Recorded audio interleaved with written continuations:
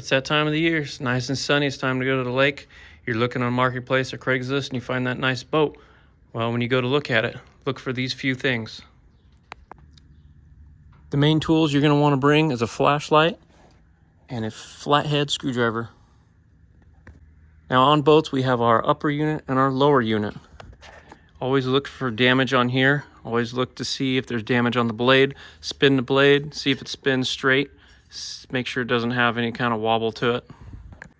Always look for corrosion. This is a clean, freshwater boat, never used in the ocean, so there's not any real corrosion on here at all. But if you have a boat that's gone to the ocean, this is all going to be corroded. It's going to be pitted on the outdrive. Everything's going to be pitted. You want to kind of stay away from that kind of stuff because once it starts to get eroded like that, it doesn't really stop. You're going to take your flashlight and you're going to look at the bellows. You're going to look at the exhaust bellow. Make sure there's no cracks or holes in it. And then you're going to look at the drive shaft bellow, which is the bigger top one in the center. Make sure there's no cracks or holes in it or metal showing. It's best to steer this back and forth to check all the bellows on it. You also have a shift bellow here. Make sure there's no cracks or tears in it. While you're looking over the boat and you're steering this back and forth to check the bellows, make sure you feel the stiffness of the actual steering cables because sometimes the steering cables can corrode inside, rust, get old, brittle, and the steering becomes very hard to turn.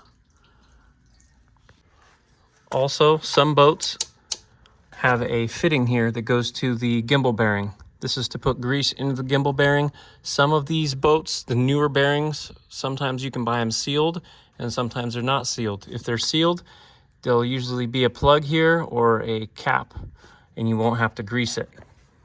Check the entire hull for cracks or bumps or sagging. Also, check all the screw fittings and bolts and holes, everything around the back. Make sure they're sealed correctly. This boat here is actually leaking water inside, and I'm not sure where, but I'm thinking it's coming from one of these. See where the step bolts to? You can see a hole right there. Water can get in through there and into the boat. Up and through there, if it's not sealed correctly, water can get in through here. And what happens is water gets into the transom and it rots this whole thing out. I've replaced one, it's not easy.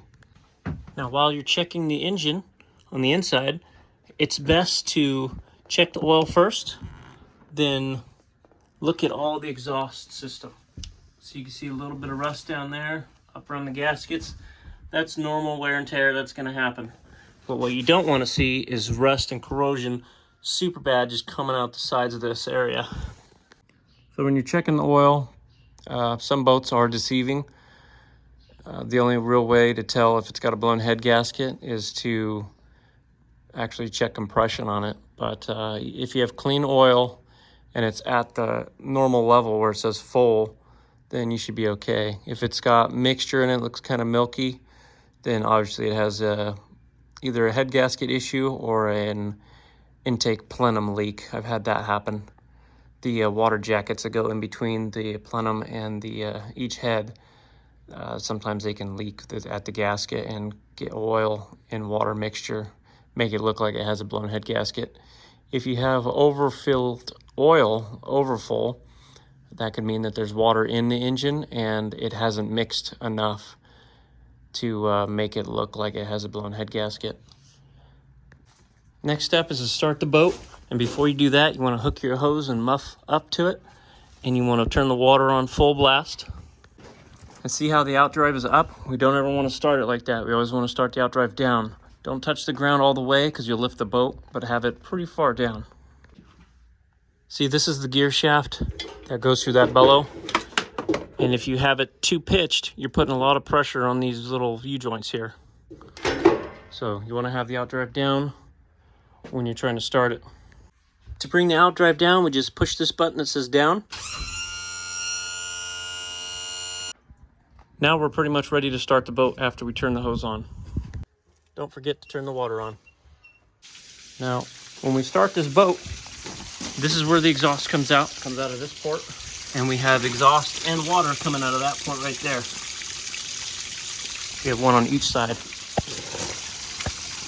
Now, if water is not coming out of there, that means this lower water pump is not working. All right, now since this is a carbureted engine, we want to give it a little bit of fuel. So you will squeeze this trigger here, and you'll press it forwards and back at least twice. I've already done it, so I'm not going to do it again. And that will put a little bit of fuel into the carburetor. Let's see if she starts.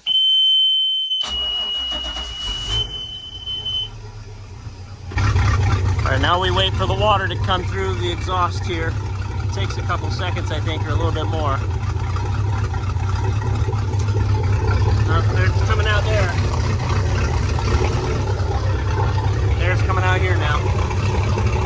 That means our lower water pump is working like it should. Now, just because it sounds good and it runs good right now, doesn't mean it's ready to go. This boat runs great out of water, but as soon as you put a load on it in the water, it starts stumbling and it runs like crap. And I've already rebuilt the carburetor. I've got one on order, and it should be here in a couple days. There is a power valve inside this carburetor that is faulty, and it's not letting this carburetor get it up to full throttle. It stumbles really bad. So now you want to test the forward motion. You're going to squeeze the trigger again and go slowly forwards until you hear some clicking. And now we're in drive. Back off the throttle a little bit. We're still in drive. We're in forwards. See the propeller moving. Now let's put it in reverse. Just push it back. You don't have to squeeze the trigger. Now to go back, you squeeze the trigger, tap it a little bit back. So you hear that clicking motion again. Throttle back down a little bit. Now we're in reverse. All right, all the gears are functioning. We don't hear any terrible howling or growling noises. Now, if you want to idle the engine up without putting it in gear, all you have to do is push this button and squeeze this trigger at the same time, and then press forwards or reverse, doesn't matter. That will throttle it up. Squeeze, press this button in, and we're in throttle now. See, now this boat hesitates. Wants to stall out. It's losing fuel. Oh, so you can see it backfired right there. That's why they have a spark arrestor, because that happens. That's the spark arrestor. Always want to keep that on. Now, if we had a built-up fumes in this boat, that'd have been all bad. Now, this boat here, I had to replace this fuel neck here, the bigger hose that the light is on, because it was leaking internally. And if it was like that, and I had the spark like I just did, the flame, it probably could have blown this whole boat up. Just like jet skis. They run great out of water. As soon as you put them in water, they run like crap. It's usually the carburetor. Now this is a MerCruiser 5.0. It's a GM motor. It is basically the same thing as a Chevy 350, just the internals are smaller. We've got a carburetor in the center. We've got a distributor in the back. We've got a water circulation pump in the front. We've got our power steering pump here. We've got our exhaust. Got our exhaust bellows. There's one here. And there's one down there. Now we have a coil pack right here. Now it's really nice to have on these boats for winterizing purposes a way to drain the exhaust and a way to drain the block. So this boat luckily has that. It has one right there. You see that little blue knob? That's to drain the exhaust. And there's one further down below. I don't know if we can see it. Right there. Yep, far down there. You see the little knob? That's also to drain the block. So you don't ever want to leave water inside your block or your exhaust. You always want to drain it, so it's nice to be able to drain them. And the reason is if you leave water in there, it will, for one, it will rust parts in the block and the exhaust. You don't want that because these are very expensive. Motors are very expensive. And also, if the water stays in there and you don't have a cover like I do, I have my boat out in a covered area, even though it can still freeze, you don't want it to freeze and crack the block, because I've had that happen a couple different times on different boats. And once that happens, you can also crack the exhaust on the the risers here. It will destroy everything, so don't leave water in the block. When you have the boat running, you should be able to hear the gimbal bearings spinning inside. And if you feel a vibration or like a howling noise, it's usually the gimbal bearing that's going out. You'll usually feel it throughout the whole entire boat of the gimbal bearing, and it's right in this area here. The circular part in the center, that's silver, that's the gimbal bearing.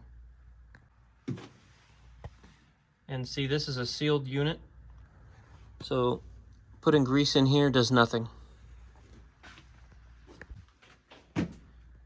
It should actually have a cap or a plug on it, but this one doesn't. Now, for anybody that doesn't know how the actual outdrive system works, we've got lower unit here, which is the propeller. Then we've got it driven by this shaft here, and this bolts up to the bottom of here. And that shaft comes up and into this area here, which rotates a gear in here, which spins the shaft. Now this shaft here goes through this housing here, through the gimbal bearing, and out the other side. Now on the MerCruiser outdrive housing, the motor goes in and it bolts downways onto the actual housing. So there's only 2 bolts that hold the motor to the actual housing, and then you've got the motor mount bolts that are down here. There's one motor mount there, there's 2 bolts on that, and then there's one over here, 2 bolts on that one. And that's really the only thing that holds this whole engine together. But the shaft comes through the housing and into this port right here.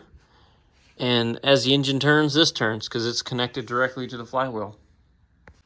This is a Volvo Penta, and there's actually a bell housing that bolts to this actual motor, and then the shaft from it goes into here.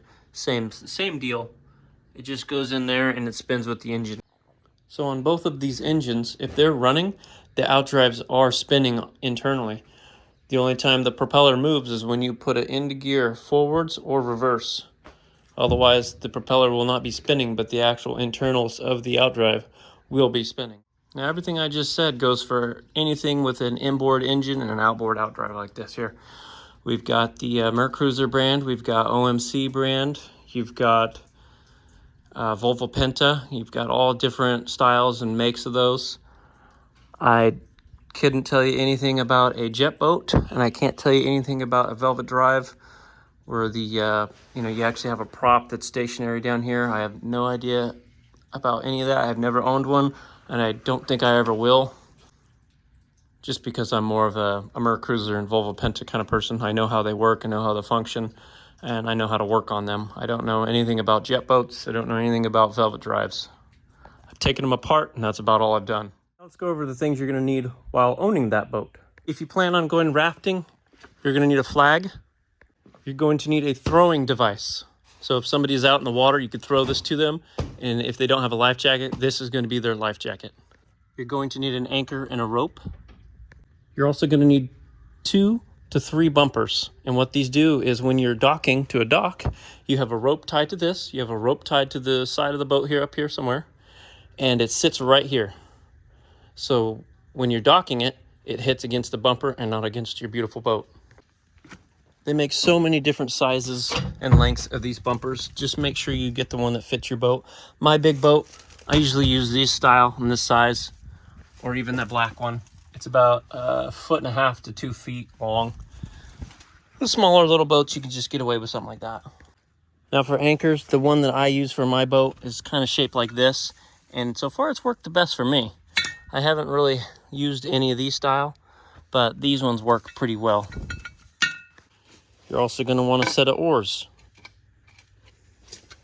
You're also going to want a 20 to 30 foot piece of marine grade rope, and that you can use it to tie your boat off to the dock, or if you break down in the water, you can hook that to somebody else's boat and get towed out to safety, or if somebody else breaks down, you can tow them out to safety. I'm not sure if you have to have these 3 items, but I like to have them anyways. A whistle, an air horn, and a flare gun. Now when you're looking at that boat, sometimes people will not want to take you out to the river or take you out to the lake, and sometimes that can be a telltale sign that there's something wrong with that boat. Like my boat right now, I had it listed for sale, It ran great last summer. I take it out this summer, it runs like crap. So I took it off the market because it's not safe, it's not good to go. Once you hit the full throttle, it just bogs down and dies out. So you gotta be careful with what kind of boat you're looking at. And if people don't want to take you out on the river or the lake, you're rolling those dice if that boat's gonna be good or not for you.